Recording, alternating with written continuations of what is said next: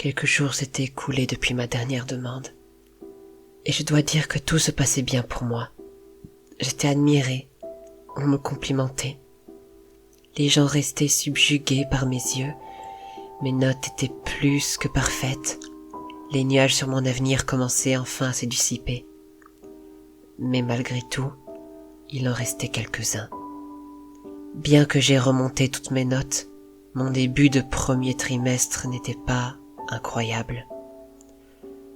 Notre conseiller d'orientation m'avait expliqué que si je voulais entrer dans l'université que je souhaitais, je devais être bonne en tout, ce qui voulait dire aussi en sport. Autant être franche, je ne suis pas mauvaise en sport.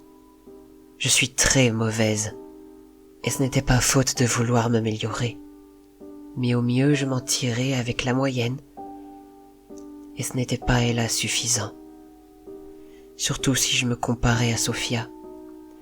Sophia était belle, bonne élève, mais surtout une très très grande sportive. Elle faisait partie de l'équipe de basket féminine, en plus de ses activités sportives à l'extérieur. Notre équipe de basket féminine était très douée et avait remporté de nombreux championnats. Mais la meilleure de toutes était sans aucun doute Sophia. Elle était tellement douée que les équipes universitaires se l'arrachaient déjà. C'est à ce moment-là que je me suis mise à penser, si j'avais les mêmes capacités sportives que Sophia, alors je pourrais entrer dans l'université qui me plairait. Et à ce moment-là, j'ai pensé à Natal Zeroth, qui je suis sûre pourrait m'aider à avoir ce que je désire. La journée m'a paru très longue, et quand enfin les cours furent terminés, je me suis précipitée vers la maison pour rencontrer mon petit démon. Quand je suis rentrée, j'ai entendu de la musique en provenance du salon. Il y avait un vieux gramophone qui fonctionnait, et lui dansait tout seul. Je suis restée là, à le regarder d'un air amusé. Quand il me remarqua, il arrêta et me regarda tout en souriant, et se mit à parler. « Oh, ça fait un petit moment que l'on ne s'est pas vu. » Effectivement, et je vois que la solitude commence à vous peser. Oui, cette maison est si grande et moi je suis si seul. Sortez voir du monde. Ça serait avec un grand plaisir, hélas, ça ne m'est impossible. Et pourquoi ? Eh bien, vu que tu m'as invoqué ici, je ne peux malheureusement me déplacer que dans la propriété. Jardin compris, certes, et même si cette propriété est grande, ça fait déjà un moment que j'en ai fait le tour. Investissez dans une télé. Tu n'y penses pas ? Vous n'aimez pas la télé ? Bien évidemment. Il y a assez d'horreur en enfer. Je n'ai pas envie de m'affliger vos horribles émissions. Urk. Alors vous êtes condamné à chercher des moyens de vous occuper. Ou tu pourrais venir me voir plus souvent. Tu sais, je suis un vrai boute-en-train et je connais quelques anecdotes croustillantes sur certains grands seigneurs de l'enfer. Ça aurait été avec un plaisir, mais avez-vous oublié que je suis en dernière année de lycée et qu'avec tout ce que j'ai à faire, je n'ai pas beaucoup de temps à vous consacrer. Je vois.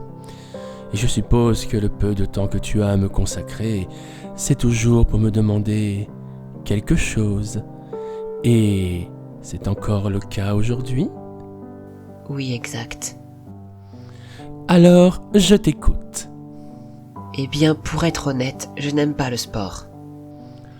Oh mon Dieu, quelle honnêteté! Je suis choqué par cette révélation incroyable. Arrêtez de vous moquer. Bon, le truc c'est qu'il faut que je le sois. Sinon, je peux dire au revoir aux grandes universités. Alors que Sophia, c'est une grande sportive, au point que son avenir est déjà assuré et je veux la même chose. Je veux être aussi sportive, voire plus que Sophia. De nouveau, il afficha son immense sourire et répliqua aussitôt. Eh bien, c'est d'accord. Et maintenant, Rentre chez toi, ma belle.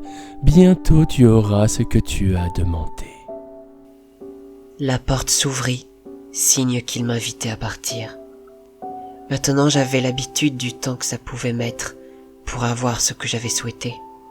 1 semaine après, c'est arrivé. Mon père est fan de basket. Dans ses années lycée, il a fait partie de l'équipe masculine. Et je pense qu'il aurait aimé voir sa fille prendre la relève. Mais à défaut de ça, il venait à chaque match de notre équipe féminine et moi je devais l'accompagner tout le temps. Pour lui c'était un moment père-fille, pour moi une véritable torture. Tout se passe bien pour notre équipe. Pourtant, j'avais remarqué que Sophia peinait. Puis j'ai pu voir sa main droite trembler de façon inexpliquée. Par la suite, elle a commencé à être de plus en plus à la traîne. Et elle a commencé à transpirer, plus que d'habitude, pour enfin s'écrouler sur le terrain. Tout le monde s'est précipité sur elle, et on l'a emmenée aux urgences. Le match fut arrêté, et enfin on a pu rentrer chez nous. Alors que mon père me reparlait du match, j'écoutais poliment, hochant la tête tel un pantin. Mais au milieu de la route, j'ai commencé à sentir mon cœur battre plus vite. Je grimaçais légèrement, et j'ai tenté de cacher ça à mon père. Une fois rentré, ça s'est empiré. Mon cœur s'est mis à battre de plus en plus fort, de plus en plus vite, comme si je courais un marathon. J'avais du mal à reprendre mon souffle. Je suis remonté dans ma chambre, et même ce simple effort était une épreuve. Et c'est avec la main tremblante que j'ouvris la porte, et c'est non sans difficulté que je me suis allongé dans mon lit.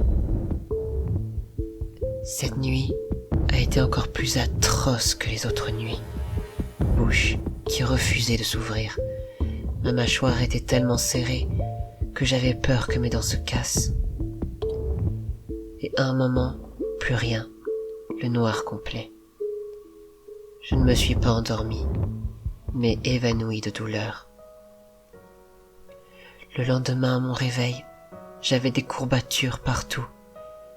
Je suis bien resté 1 heure dans mon lit, sans bouger, à attendre que ça passe. Quand la douleur a enfin disparu, je me suis levé et me suis dirigé vers mon miroir. Et ça avait fonctionné. Les muscles de mes bras et mes jambes étaient plus dessinés, mon ventre plus plat et plus ferme, et bon sang, j'avais la forme. Ce matin-là, j'ai pris un petit déjeuner et je suis sorti pour tester mon nouveau corps. J'ai fait un long footing et en revenant, je n'étais même pas essoufflé. Encore une fois, il avait fait du bon travail. Et encore une fois, ma vie fut grandement plus simple. En sport, je déchirais tout. Mes notes grimpaient si bien que je voyais de plus en plus les portes des universités que je convoitais s'ouvrir devant moi. J'étais heureuse, mais par contre pour Sophia, c'était une toute autre histoire. Arrivée aux urgences, les médecins l'ont tout de suite pris en charge. Et après plusieurs tests, le résultat était tombé. Il était guère encourageant. Elle souffrait d'atrophie musculaire, et cela a eu pour effet de lui faire perdre l'usage de ses jambes. Pour elle, le sport s'était terminé, et la possibilité d'avoir une bourse d'études aussi. Et comme pour les autres filles populaires, les langues se déliaient. Même au sein de son équipe, elle était dénigrée. Elle était la cible de moqueries et d'insultes. Mais j'étais outré d'entendre ça. Je ne la connaissais pas très bien. On était loin d'être amis, mais Sophia avait toujours été cool avec moi. Pour dire la vérité, elle l'était avec tout le monde. Et quand j'entendais tous ces mots et ces insultes qu'on lui crachait au visage, c'était plus que je ne pouvais le supporter. Et cette fois-ci, comparée aux autres, je suis intervenu, rappelant aux autres comment elle était, et aussi que leur attitude était horrible. Et bizarrement, tout le monde m'a cru, et les rumeurs ont cessé. Je pensais que ma vie serait sans nuages. Mais je me suis trompé. 1 semaine après cet événement, Je continuais à vivre ma vie, même s'il restait une ombre au tableau. Ma peau était un calvaire. Pour moi, elle était sèche. Tous les matins, je devais appliquer une tonne de crème pour l'hydrater. C'était un vrai calvaire. Mais j'en connaissais une qui n'avait pas ce problème. Aurélie. Aurélie avait une peau douce naturellement. Elle était souvent complimentée pour ça et aussi jalousée par les autres filles. Ce jour-là, je la regardais tout en me disant que mon prince démon pourrait certainement faire quelque chose. C'est à ce moment-là que c'est arrivé. Je me souviens encore d'avoir eu un léger sursaut quand j'ai entendu sa voix derrière moi. Tiens, salut Sharon. Je me suis retourné et je n'ai pas pu cacher ma surprise quand je l'ai vue. Elle était toujours la même. Si on oublie le masque chirurgical qui cachait ses lèvres et le bas de son visage. Cathy, tu es sortie de l'hôpital? Mais ce n'est pas trop tôt? Et contente que tu saches qui je suis. Les chirurgiens ont fait ce qu'ils pouvaient pour le moment, mais je dois encore subir 2 opérations pour ne plus avoir à porter ce masque. Et oui, je sais qui tu es vu qu'on n'arrête pas de me parler de toi. Enfin, je savais qui t'étais avant que tout le lycée s'intéresse à toi. Elle commença à tourner autour de moi. Ses yeux montaient et descendaient. J'avais l'impression qu'elle examinait chaque partie de mon corps. Quand enfin elle s'arrêta, elle me dit « T'as beaucoup changé depuis notre dernière rencontre. » Changé? Tu trouves? Non, je suis toujours la même. Tu te fais des idées. Non, j'en suis sûre, tu sembles plus belle que dans mes souvenirs. T'as changé. Quoi? Non, j'ai toujours été comme ça, voyons. Possible. Bon, ça aurait été un plaisir de continuer de discuter avec toi, mais je dois y aller. Je ne veux pas être en retard pour mes cours. J'ai utilisé ce prétexte pour couper court à cette discussion qui devenait gênante. Et franchement, je pensais que Cathy en serait restée à ce court petit échange, mais pas du tout. Toute la journée, je me suis sentie épiée. Et quand je me retournais, je la voyais m'observer. Elle ne m'a pas quitté d'une semelle, et cela m'inquiétait un peu. J'avoue qu'à une époque, j'aurais adoré qu'elle s'intéresse à moi comme ça. Mais là, je trouvais ça particulièrement cringe. Quand la journée des cours se termina enfin, je n'étais pas très sereine. J'avais peur que Cathy continue de me suivre dans la rue, et que je ne puisse pas aller voir Natalzeroth. Mais non. À mon grand soulagement, sa mère est venue la chercher. J'ai commencé à marcher uniquement quand la voiture de Cathy n'était plus qu'un point dans l'horizon. Pendant tout le trajet qui me rapprochait de mon prince démon, une pensée trottait dans ma tête.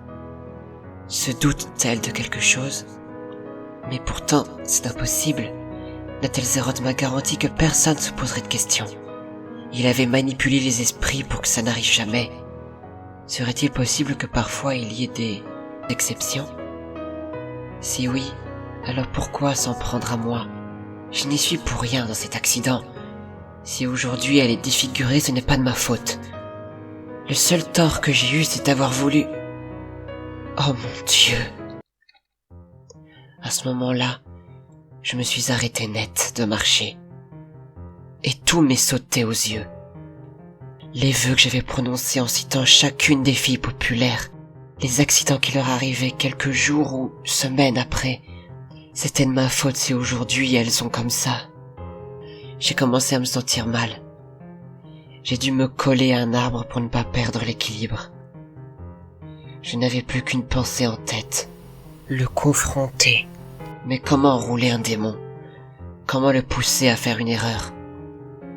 Comment savoir si mes doutes étaient bien fondés? C'est alors que m'est venue une idée folle, qui était de donner un nom fictif, soit d'un personnage de roman ou d'animation japonaise. Comme ça, il ne se passerait rien. Et j'aurais donc la preuve de ses actes. Je me suis alors précipité dans le manoir, et comme d'habitude à mon arrivée, la porte s'ouvrit toute seule, et alors que je le pensais dans le salon, Il ne s'y trouva pas. Je l'ai appelé plusieurs fois, avant qu'il ne réponde. Je suis dans le jardin. Si tu avais utilisé tes jambes plutôt que ta voix, tu n'aurais pas mis longtemps à me trouver. Je me suis alors dirigé dans le jardin. Et il jouait au basket. Il jouait en costume au basket. J'aurais trouvé ça étrange et amusant si ce n'était pas un clin d'œil à ce qu'il avait fait à Sophia. Je ne devais pas montrer quelques 11 signes de mes doutes. Et je lui ai alors répondu. Vous vous êtes installé un panier de basket pour pallier votre ennui? Oui, je trouve ce sport très intéressant tout compte fait. D'ailleurs, ça te tente une petite partie contre moi? Promis, je n'utiliserai pas mes pouvoirs et je jouerai à la régulière. Alors, tenter? Je n'aime pas le basket. Tant pis, j'aurais au moins essayé. J'ai tourné les talons, pensant qu'il me suivrait. Mais c'est alors qu'il dit « Attrape !» Il me lança le ballon en un éclair. Je me suis retourné et je l'ai arrêté d'une main. J'étais très surprise de ce que je venais de faire. Lui, par contre, se rapprocha de moi, me dit d'une façon très décontractée. Dommage que tu ne veuilles pas faire de basket. Je suis sûr que tu aurais eu beaucoup de talent. À ces mots, il rentra. Moi, j'aurais pris ça comme un compliment si je n'avais pas découvert la vérité. Je l'ai suivi dans le salon. Il s'est assis dans son fauteuil et commença à parler. Alors, je suppose que tu es venu me voir car tu as une demande bien précise à me faire? Oui, je connais une personne qui a la peau la plus douce qui soit.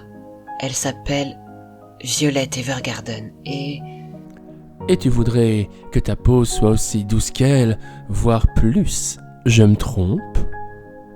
Oui, c'est exact. Eh bien, j'exaucerai ton désir. Et maintenant, rentre chez toi, ma belle. Bientôt tu auras ce que tu as demandé. J'entendis la porte s'ouvrir derrière moi, mais au lieu de partir, je suis resté à ma place. Nathel Zeroth le remarqua. Il y a un problème? Pardon? Je te demande s'il y a quelque chose qui ne va pas. Pourquoi me demander cela? Eh bien, d'habitude, tu es plus prompte à partir une fois ta demande faite. Mais là, tu restes immobile. Signe qu'il y a quelque chose qui ne va pas. Eh bien, il y a bien une chose qui ne va pas. Cathy, vous vous souvenez? Oui, je m'en souviens vaguement. Je crois que tu voulais les mêmes lèvres qu'elle, voire mieux. Je me trompe? Exact. Eh bien, elle est revenue au lycée malgré sa blessure. Et alors? Eh bien, j'ai l'impression qu'elle se doute de quelque chose. Vraiment? Et dis-moi ce qui te fait penser ça? Elle m'a dit que j'avais changé. En bien. Et en plus, elle n'a pas arrêté de me suivre toute la journée. C'est fâcheux en effet. Fâcheux? Mais vous m'avez dit que personne normalement ne se poserait de questions sur ma nouvelle apparence. Et voilà qu'une personne me prouve le contraire. Ne panique pas. Il est possible qu'elle ait résisté à mon envoûtement. Certainement dû au traumatisme de sa blessure. Cependant, tu n'as pas à t'en faire. Ah bon? Dites-moi pourquoi je ne devrais pas paniquer.